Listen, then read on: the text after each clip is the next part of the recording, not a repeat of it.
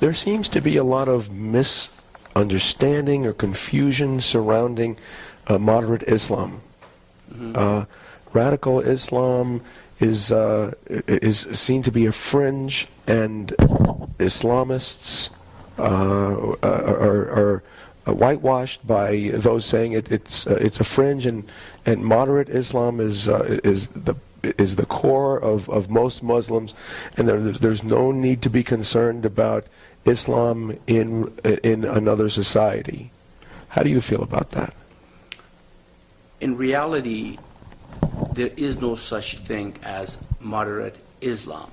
However, there are people who are moderate Muslims. There's a distinction between Islam and Muslims. And those who are moderate, we consider moderate Muslim, are culturally Muslim, which means they don't practice the religion. In fact, they're Muslims in name only. And they're roughly 10 to 15% of the population has been statistically radical views. But majority of Muslims do not have that, but sometimes they're used as foot soldiers for Islam. And the trust factor has been lost since 9/11 attack, bringing down the Twin Towers. So Americans are very suspicious of basically any Muslim at the moment, moderate or not moderate. Unjustifiably, in your opinion? You know, some people are truly want to have the daily life like anybody else. I believe if a Muslim is an American citizen, they're entitled to by law, everything else that other people have. But the radical teaching in the mosques will entice the others to follow. That's the problem. We have too many mosques here, and the people who, imams going to the mosque, teach hate, violence against non-believers. That's something that we have to monitor. Is that a fringe, or is that in mainstream American mosques? It's a mainstream American mosque. That's all there is to it. I have gone to several mosques, and I've listened to them. They preach hate. Their purpose of being here is not to teach love, is not to teach to be good, but it's to bring down the West. This is what they want to do. Islam wants to dominate. Domination is the core value of Islam. Islam has always been like that since the Prophet Muhammad time. It's always been about hate, always been about violence. And when Prophet Muhammad created Islam, he brought a militant cult that is based on violence. And he said that either in hadith, he said that I became victorious by creating terror into the hearts of unbeliever. This is directly come from the mouth of Prophet Muhammad. So what about these Muslim advocacy groups like CARE and ISNA and MPAC who claim that there's too much Islamophobia? Any criticisms of radicalism is really a form of racism. What do you think about that? I think it's just the opposite. There's a lot of Christian phobia right now, because you can't even do anything if you're a Christian. And the attack of Christianity is unbelievable, especially with this administration in the White House. But there is no such thing as Islamophobia. The Islamophobia is justified. It's not Islamophobia when they're trying to kill you. That is not Islamophobia. They're trying to kill you. CARE, ISNA, and the majority of them, all the student Muslim organizations here in the United States, all they do, basically they're derivatives of Muslim Brotherhood, which started in Egypt. These are all connected together. There's a huge network of Islamic radicals around the world. And it's impossible that you be Islamophobic if they're trying to attack you. If I'm an apostate. If I'm going to talk in front of the camera and tell the truth about Islam, what do they do? The Muslims want to kill me. Why? Because I'm telling the truth. The truth is the first victim. And honestly, truthfully, it's being sacrificed.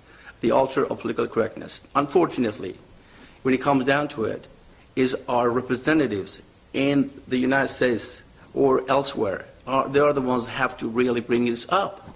and they really understand that we have to do something about this. This is getting worse on a daily basis. How good a job do you feel the Obama administration is doing in bringing these issues to being able to protect America from? It isn't just terrorism, is it? I mean, what's the ultimate goal?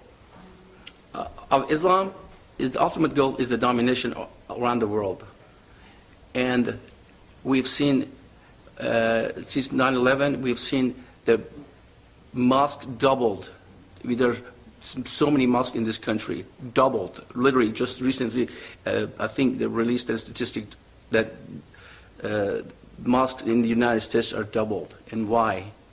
Do you see any synagogue? Do you see any church in Saudi Arabia?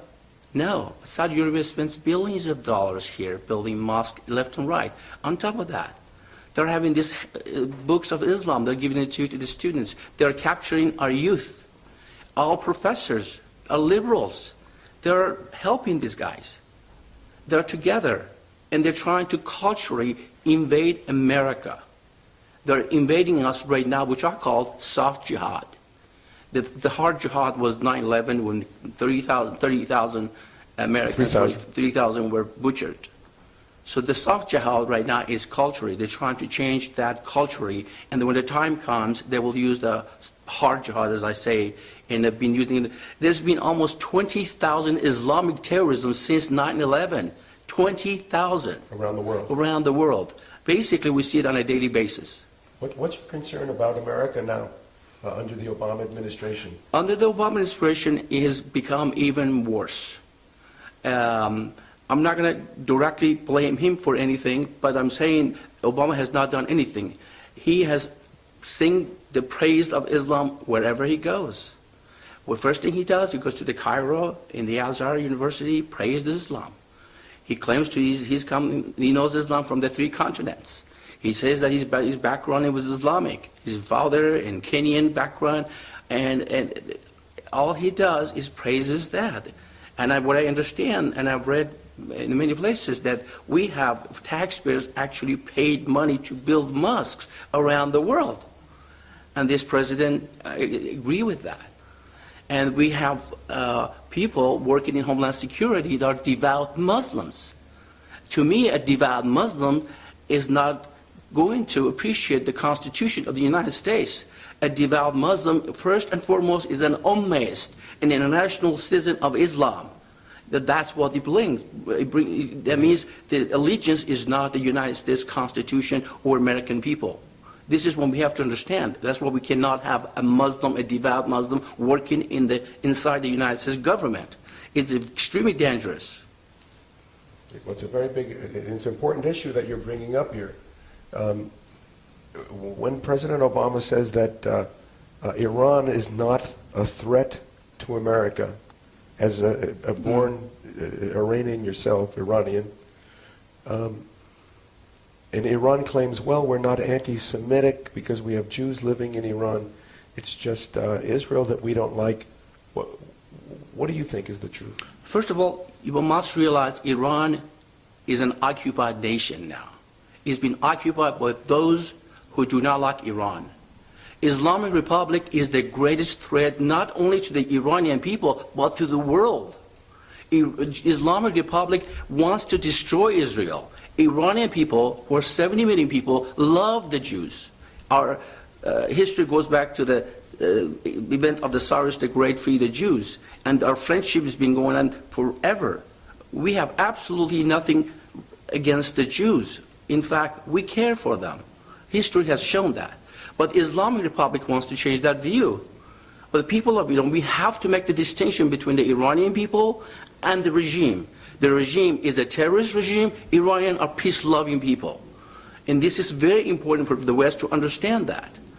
But they want what they want to do, building the bomb, the nuclear bomb. What do they need that? Is first and foremost to protect themselves from the West, to attack them so they can go ahead and do all they want to do for carte blanche around the world. What do you think they would do if they were able to? If they're threatened, they will use it. It's mandated. It's part of their Islamic ideology. Yes, whatever ends justify the means. Is that Nuclear terrorism? Absolutely. They will use it in a heartbeat. And this is just look what they're massacring. It's the same thing happening in Syria, and they have sent 10,000 elements to the Syrian, and they're massacring the Syrian people. Because Syria is their ally, is near Israel. They want to be their proxies, so they want to be close as Israel as possible. So it's not that the Iranians do not like the Jews or anyone else. It's just the regime doing that. We have to understand that. It's very important. I just heard that the Senator Santorum said exactly yesterday in his speech that Iranians are Persians. Persians historically are friends with the Jews. They have absolutely nothing against the Jews. Well, but haven't the public been brainwashed? Absolutely. The Islamic threat. The Iranian people, the Iranian army, they're a threat not just to Israel. Well, most Iranian armies don't agree with the regime, but they do what they have to do. But this Pasdaran, which is revolutionary guards, are the ones that really, and even some of them are coming back from the Islamic regime. In fact, in 2009 fraudulent election against Mr. Ahmadinejad, we had the opportunity of the century to go there and help those kids and dismantle the Islamic regime, and we didn't do that. And Mr. Obama, and a lot of people in Iran said, Mr. Obama, are you with us or with the terrorists? Mr. Obama said, I am with the terrorists. So that's why we are where we are. If Mr. Obama stayed with the freedom people, we would not be in this mess at this point. If you could issue a challenge to American Muslims to show their true intentions. I want them to come and get the book of Quran and tear it up and say, this is not our religion, because there's a lot of hate and a lot of violence in this book. If you are a Muslim and you follow Muhammad, then I don't consider you automatically a terrorist. It's danger to the United States of any person. Any person who claims to be a Muslim is a follower of Muhammad. Muhammad was a terrorist. Muhammad he was a rapist. He was a thief. He killed, he murdered for his agenda, and followers doing exactly as he did. And that's what he said, follow me, do my example. People emulate Prophet Muhammad. A lot of frenzied people in Afghanistan, why do they do that? Because Prophet did it. If Prophet Muhammad can rape a 6-year-old little girl, it's okay with me. That's how it is. People have to understand and wake up. There's no much time left. Americans must wake up, understand what Islam is, the threat to the national security of this country and the world. Everything they wanted to do is just destroy America. And if they could right now, they would do it. But slowly, culturally, and then eventually, when they are able to make the bomb, they will use it. Do you think they would use the bomb knowing that it would be retaliated? To them, it doesn't make any difference. As long as they kill the khaffars, that's all that matters to them. Even though their existence is threatened. So non-Muslims, you mean? Absolutely. As long as they kill the non-Muslims, then they're willing to sacrifice their own people. Iranian regime is willing because they don't care for Iranian people. They are willing to kill the Jews. Even Israel could retaliate 70 times more, but they don't care. That makes them dangerous. It's not like the Soviet Union. We could deal with them in a state to a state. We're dealing with a bunch of savages. A group of savage terrorists have the bomb and they want to use it. They don't care about Iranian people. In fact, they've been destroying our monuments, trying to destroy the Cyrus the Great tomb. They've been destroying thousands of artifacts of Persians. They have absolutely no feelings about Iranians or Persians. They're destroying us. They're enemies. And that's why I said earlier, Islamic Republic is the greatest threat to Iranians first, to the world second. And what about this sect, the Haughites, that Ahmadinejad, the 12th Imam, Mahdi? The Mahdi, yeah. What is this sect that they believe? Are they looking to launch an apocalypse, a global apocalypse? They think the whole world has to come to a state of major chaos, and they are trying to create that so the so-called hidden Imam to show up, make the world straight. Their Messiah. Their Messiah. the fictional character that supposedly at the age of 4 or 5 disappeared in a well in Saudi Arabia, and somehow they ended up in a well in Iran. They built one, and his brainwashing is unbelievable in Iran. Propaganda is unbelievable. Everything comes out of the Islamic Republic is a lie.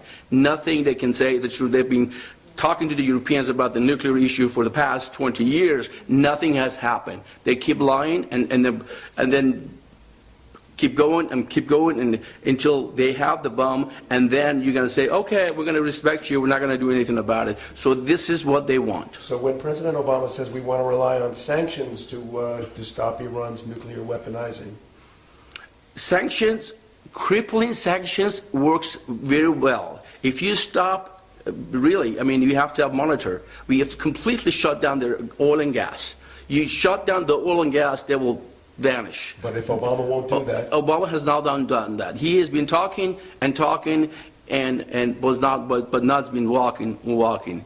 He's just been talk and talk and talk. He's not interested to get involved in that. Even during the George Bush's time, I mean, we're just not going to blame Obama. During the 8 years of George Bush, he didn't do anything about Iran. In fact, George Bush, when after Saddam and killed Saddam and helped the Islamic Republic, their greatest enemy of the Islamic Republic, and then the Taliban. So basically, in fact, they made Iran stronger.